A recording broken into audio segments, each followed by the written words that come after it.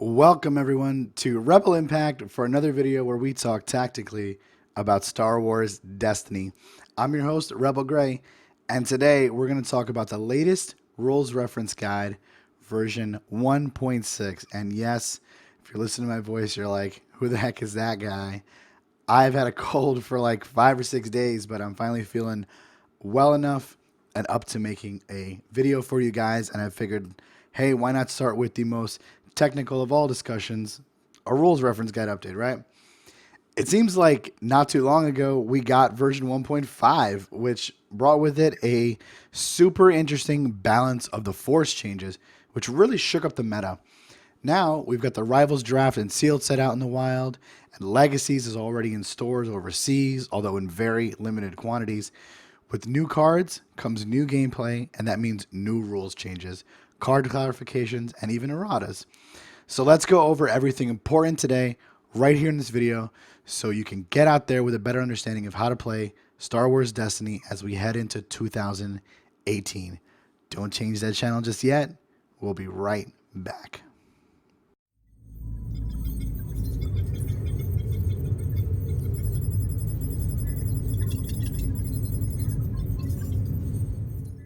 Alrighty, so here we go. The first bit of rules that were modified have to do with the type and subtype of or on cards. There are now 6 different types of cards with the addition of the plot card, which is optional on your deck. Furthermore, some cards have one or more subtypes listed after the type. And probably the most noticeable change here is to characters. So for example, looking at a Jango Fett here from Awakenings, he's just a character. You and I know that he's a bounty hunter, right? But as far as the game is concerned, he's just a plain old character. His daddy Boba, however, is a bounty hunter, as is Greedo, and that is now reflected on the card as a character subtype. And this is really interesting because it now allows him to design cards that affect subtypes, as it can become a keyword. For example, vehicle is a keyword. Not all supports are vehicles. Some are artillery, and some actually have no subtype whatsoever. Going forward, we could see some cards that allow us to interact with all bounty hunters in play, or even all Jedi in play. It's good planning for future stuff. The addition of plots as a new card is something that is really bringing a nice flavor to the game. There aren't a ton of plots available yet, only 6 so far actually, but they range in value from 1 to 3 points as per this rule. The cost of a plot is counted as part of the 30 port limit you have when choosing characters for your deck. The rule further alludes to a separation in plots by faction as well as color, and the latter is something we haven't seen just yet but might be coming, most likely will be coming in a future set. Giving plots a color may yet be another reason that we want to splash a particular color into our deck. I like the way that FFG is thinking here, making plots potentially more than just something you throw into your deck because points work. Sooner or later, they may be something as important as battlefields.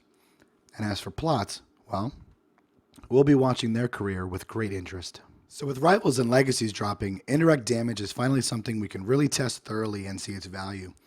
This bit of text here simply clarifies how it works, which was already told to us in the original FFG article, which revealed Legacies.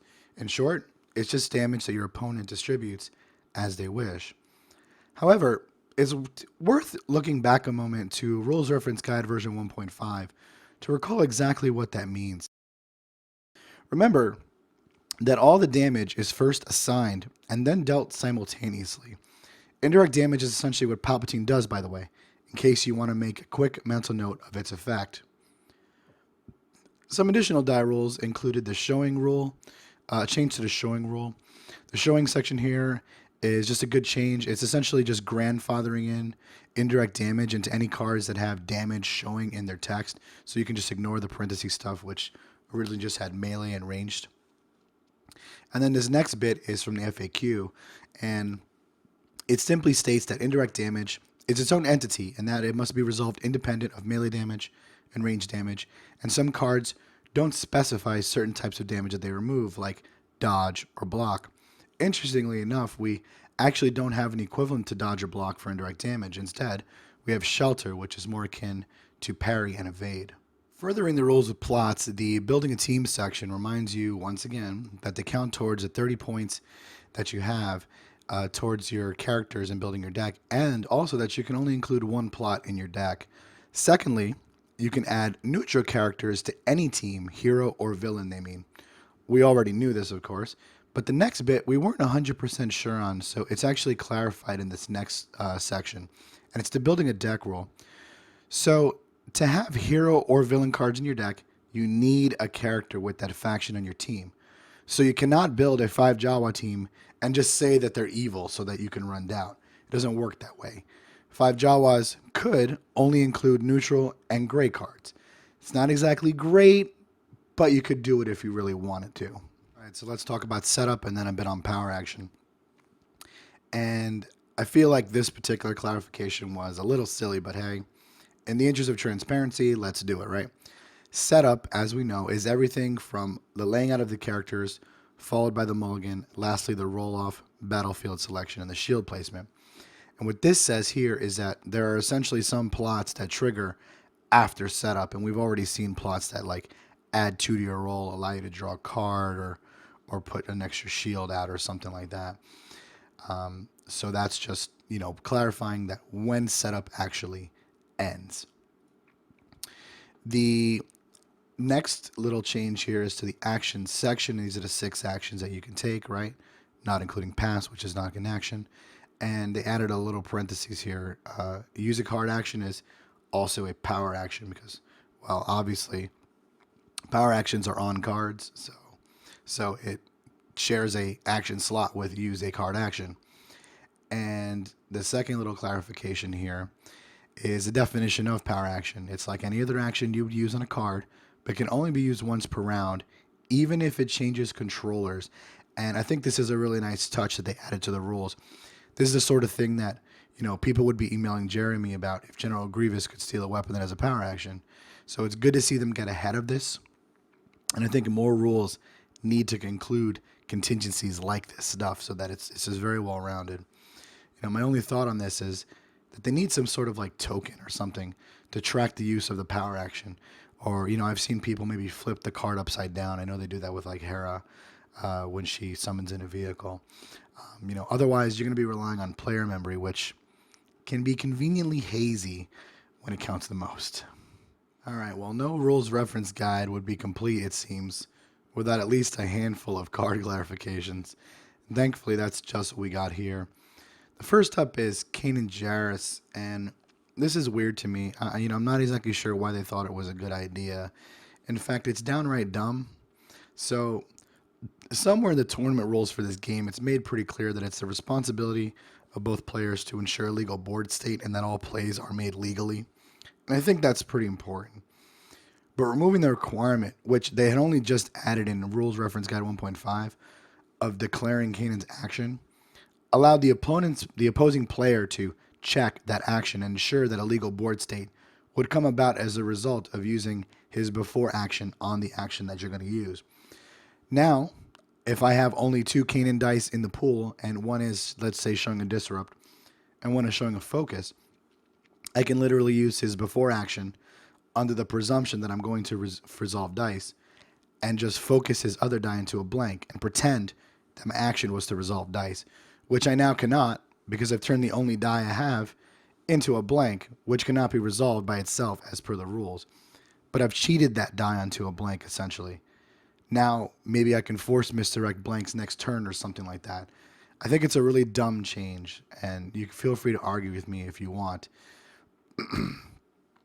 As for the next 2 cards, these are actually some legacies. One's this set and the next pair. I feel that Maul's text was pretty clear. Cantina Brawl could have been worded a little bit better, so it's good that they put a clarification in here. Their intent essentially was to allow this card to go on for as long as the players were willing to discard cards. It's a really neat card, and it sounds like a blast in multiplayer. The next 2 are Rebel Trader and Resilient, and the last 2 and Rebel Trader could certainly have been read 2 ways, that the owner or Rebel Trader chooses or the opposing player does. This is a good clarification here to make sure that you're not cheating with Rebel Trader on the board, that the opponent actually gets to choose which character gets activated as a result. It also really continues to highlight just how badly FFG needs to set up templating for their cards. I feel like, if they just put the effort to do that already, they'd spend a lot less time over the course of their CCG's lifetime adding in all these card clarifications every time there's an RRG release. As for Resilient, is essentially the same clarification as it is for Maul. All it means is that card removal triggers these effects, and stuff like On the Hunt special die will not remove, cannot be triggered with Resilient or Maul. All right, I've got a little MISC section here, and these really, don't go anywhere else. They're sort of their own thing, but they do this a lot with the non-special inherent die abilities, and a lot of this has to do with Poe Dameron from Awakenings, honestly. But all it means is that regardless of how the die is resolved, or the side of a die is resolved, I guess, really it's the die is resolved specifically, the ability on the card itself always applies to the die no matter what. So with the change to Vibro Knife, being that it has to be on melee side in order to and be part of the damage, no matter how you resolve Vibro Knife now, it always is unblockable as long as you resolve the melee damage with it. For a Gang Up, the text on that reads that the X on the die is equal to the number of yellow characters that you have in play.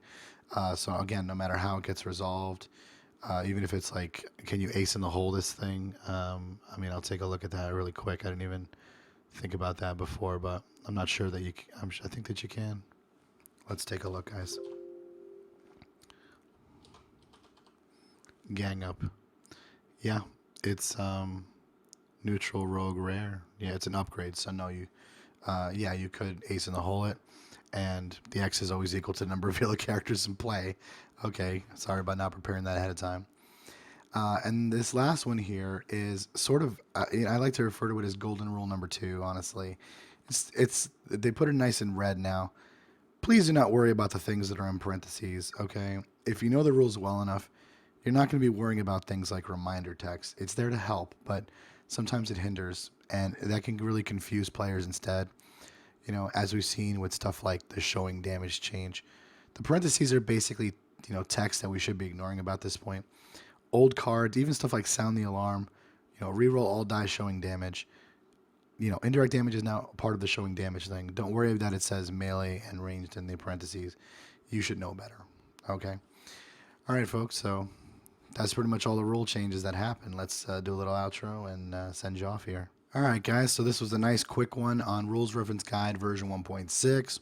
Apologize for my voice, but I can't really do anything about it. I was trying to get I'd planned on getting a video out on Tuesday for you guys, but it wasn't in the cards with, getting sick this past weekend. So, first and foremost, I want to wish everyone a happy holidays, no matter what you celebrate.